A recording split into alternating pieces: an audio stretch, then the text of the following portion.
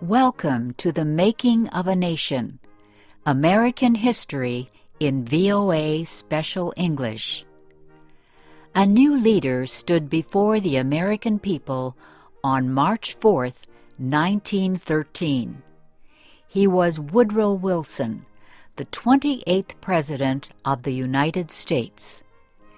Wilson belonged to the Democratic Party. He was progressive in his belief that government should take an active part in efforts for social reforms. This week in our series, Kay Gallant and Harry Monroe begin the story of Wilson's presidency.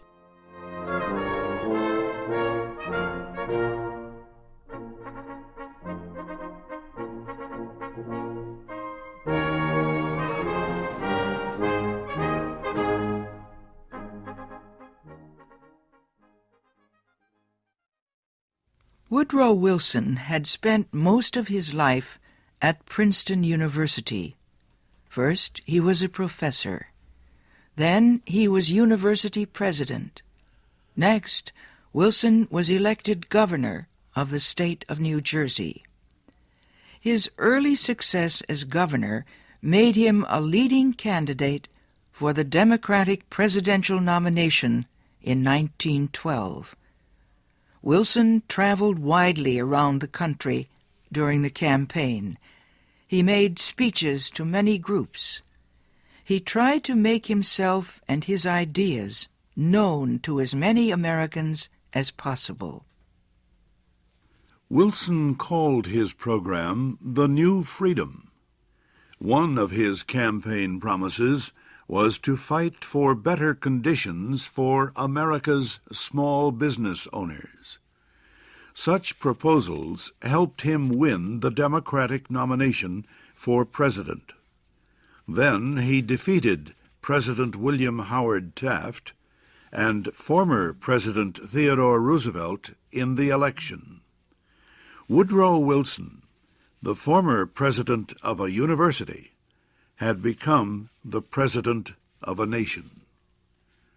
The largest crowd in Washington, D.C.'s history welcomed Wilson outside the Capitol building on the day of his inauguration. He called on the American people to join him in making the country a better place. "Our duty," Wilson said, "is to correct the evil without hurting the good. I call all honest men, all patriotic, all forward-looking men to my side."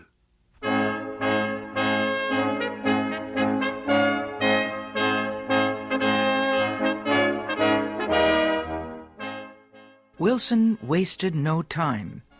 He immediately called a special session of Congress to act on Democratic campaign promises to reduce import taxes or tariffs.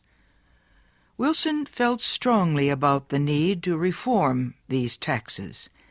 He broke tradition by leaving the White House to appear before Congress in person to appeal for his tariff proposals. Many members of Congress opposed Wilson's plans, but the new president used the results of a Senate investigation to win the fight. The investigation showed that a number of senators owned companies that depended on high tariffs for their profits. The votes of these senators were influenced by their property holdings. Public knowledge of the situation forced many of them to give up their holdings and stop resisting tariff reform. Congress finally approved Wilson's proposals. Lower tariffs reduced the amount of money taken in by the federal government. So the Senate also approved a tax on income or earnings. A constitutional amendment